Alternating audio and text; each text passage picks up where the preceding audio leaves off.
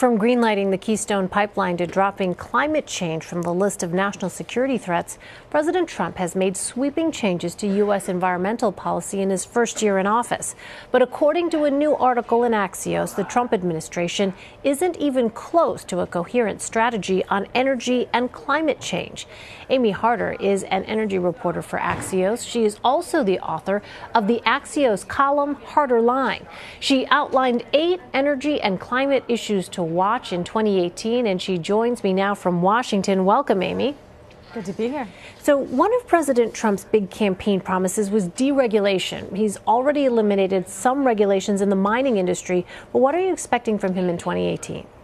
Well, 2017 was really about talking about what regulations he's going to repeal and putting the wheels in motion. But the regulatory machine here in Washington is a very slow and messy and litigious one. So I anticipate some action here soon on regulations such as repealing the Clean Power Plan, which is President Obama's cornerstone carbon regulation.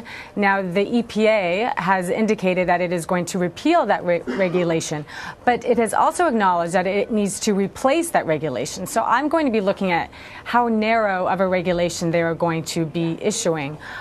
Another part of the administration, the Interior Department, is gearing up to soon release new offshore drilling plans, which will be much more broad than what the Obama administration did.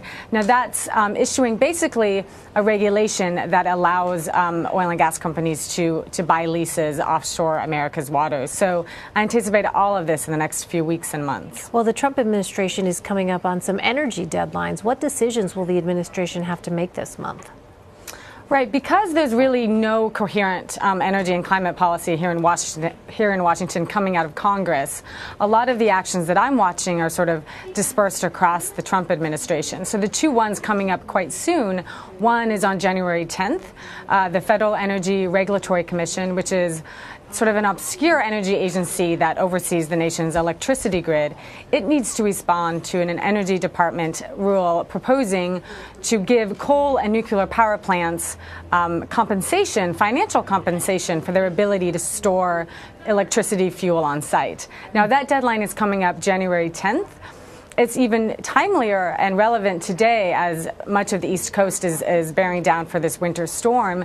There's concerns about power outages, and there's this big battle ensuing over which electricity source is the best. And so that's something that's even is heightened this week with the storm. And then the second deadline is January 26th. The White House needs to decide by then whether or not it will impose tariffs or another type of trade remedy on solar imports, which is a big deal to the solar industry. Well, in October, you wrote about the Hunger Games of electricity, different fuels battling it out for a piece of the electricity market. Now, you say you're seeing something similar in the transportation mix. What is the battle brewing there? Right. Well, again, you know, especially in the United States, where demand is relatively stagnant and not growing, you're having this increasing battle for what's essentially finite market share. Now, oil is by and large the dominant fuel in the transportation sector. But as we see debates over electric vehicles, greater fuel-efficient internal combustion engines, and ethanol and biofuels, you're seeing all of these battles really coming to a head.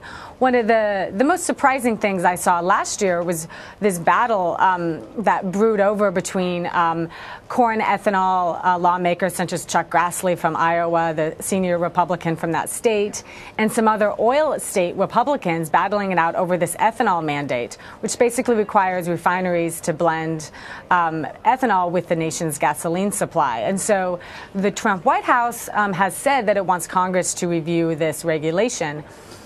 The EPA Administrator, Scott Pruitt, who oversees this ethanol mandate, has said he wants to see that as well. But President Trump has been a big supporter of corn. Iowa, as a key battleground state, is also a big producer of corn ethanol. So between electric vehicles and ethanol and all these other issues, I see that as a big issue also brewing over the next year. Yeah, tricky politics to think about all of that. Well, the president has said that he would withdraw from the Paris Accord unless he can get a better deal. How will America's absence from the table impact the energy and climate discussion across the world? Right. That's another issue that I think will really come to a head in December of this year. The United Nations holds its next annual climate talk in Poland of that year. It'll be a conference to really set the stage for the next step of the Paris climate deal. Now, President Trump has said that he wants to find a deal to keep him in the deal, but I actually haven't seen any actual evidence of that. So that's something that I'm looking for. So far, it's mostly just words and, frankly, supporting fossil fuels and natural gas in particular, because natural gas is the cleanest fossil fuel. But I'll be seeing at some of the preliminary meetings leading up to that December conference and other meetings such as the G20, which involves a lot of the same negotiators, to see if there's any sort of overtures on that. All right, Amy Harder with Axios. Amy, thanks very much for your time. I appreciate it.